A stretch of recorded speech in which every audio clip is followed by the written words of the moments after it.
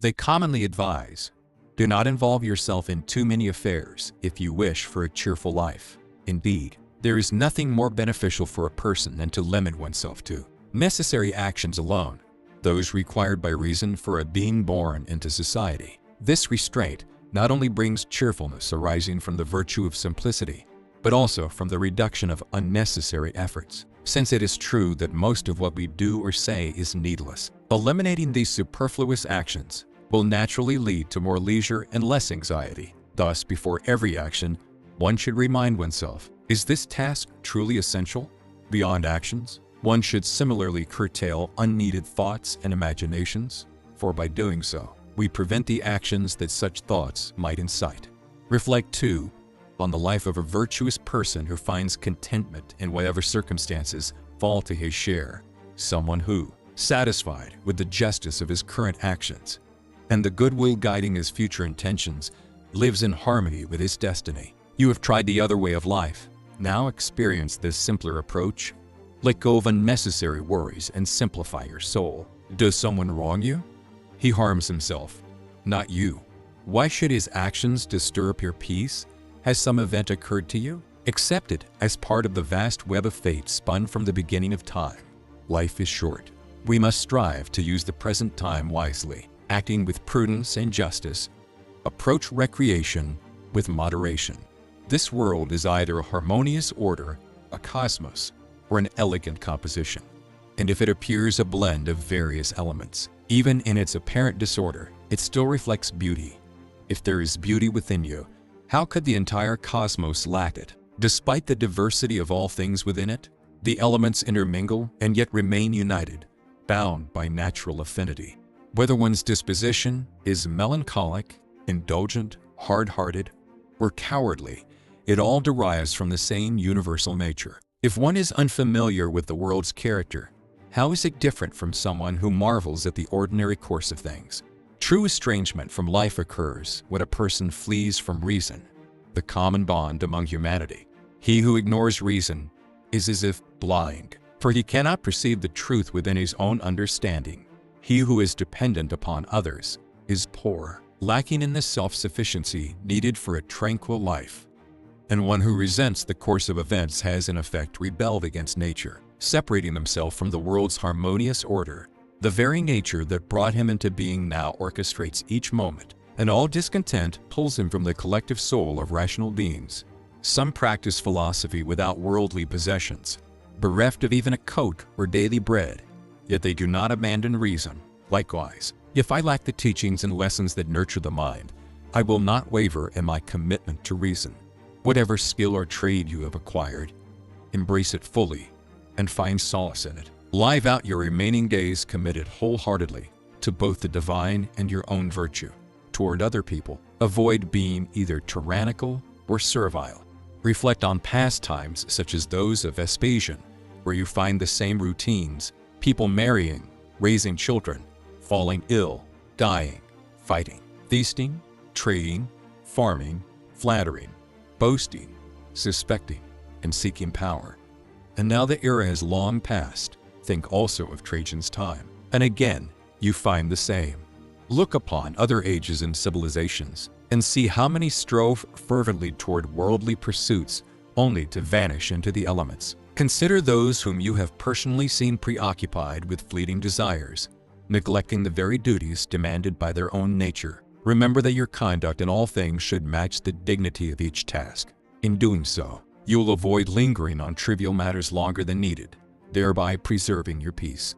Names and words that were once well known have grown obscure, as have the great men to whom they belonged: Camillus, Caeso, Volesius, Leonidas, and later Scipio, Cato, Augustus, Hadrian, Antoninus Pius. Even the most renowned will soon fade from memory, as if their lives were tales from another world. What is left, then, that will be remembered forever? All is vanity. What deserves our care and diligence? Only this, that our thoughts and actions remain just, our speech truthful, and our intentions pure. Let us accept all that befalls us as necessary and ordinary, as proceeding from the same source that brought us and all things into being. Thus, surrender willingly to the inevitable chain of fate, yielding wholly to the unfolding of events. What exists in this present moment, and from day to day, acquires its essence through continual change. Remember frequently that the universe finds delight in transformation, renewing itself ceaseless. Just as the earth receives seeds to nourish, so every part of existence serves as the seed for future growth.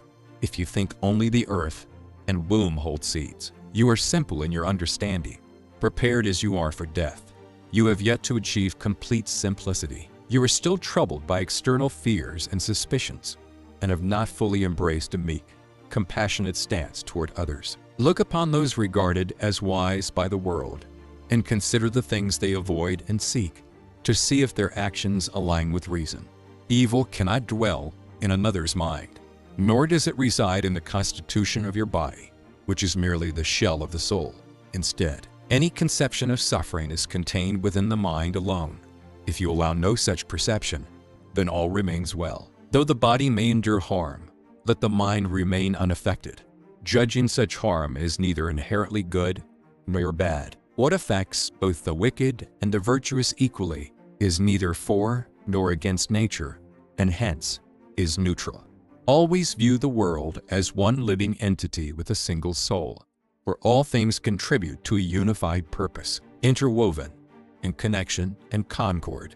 Apart from your divine essence, what are you but, as Epictetus observed, a mere soul burdened with a body? Transformation is neither harm nor benefit in itself.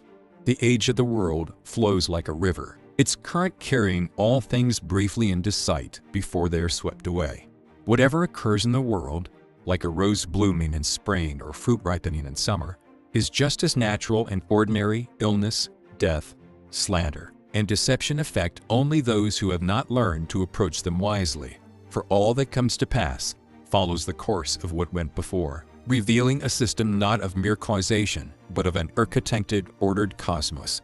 Never let Heraclitus's thought slip from your mind, that the death of earth produces water, water dies into air, and air into fire. Remember also that although reason orders the world, most resist this natural order, remaining strangers to daily happenings. We should avoid acting from shallow custom alone, nor should we follow the path of tradition without examining its truth.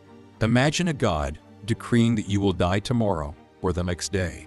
Would it be of much benefit to delay death by a single day? Therefore, whether life endures for years or only for a short while, we should consider it of little importance. Recall how many doctors who once frowned gravely over their patients have themselves passed away, as have astrologers who foretold others' fates, philosophers who wrote on life and death, and tyrants who wielded power as though immortal. Reflect on the countless cities and civilizations, such as Pompeii or Herculaneum, which have all been reduced to ashes. Remember those you have personally witnessed departing in death, and the fleeting nature of all worldly things. Be like an olive that falls when ripe, gratefully acknowledging the earth that bore it. Stand like a headland against the waves, enduring their constant assault yet remaining unshaken, letting them fall away quietly. If you meet with misfortune, think instead, "Fortunate am I, for I can bear this without grief, free of fear for what may come." Consider that what has happened to you could have occurred to anyone, yet not all would bear it with the same strength. Why then should you see it as unfortunate when it affords you the chance to practice virtue? If you fear death, recall those who eagerly clung to life. Did they gain more than those whose lives were brief? For life is short, and its duration does not free it from troubles. If you look backward, see the vast abyss of time, and if you look forward, behold the same. In this infinite span, what difference lies between a life of 3 days and one of 3 ages? Follow always the most direct path, which is that of nature, to act and speak in alignment with what is most sound and true. Such resolve will free you from trouble, deceit, and pretension.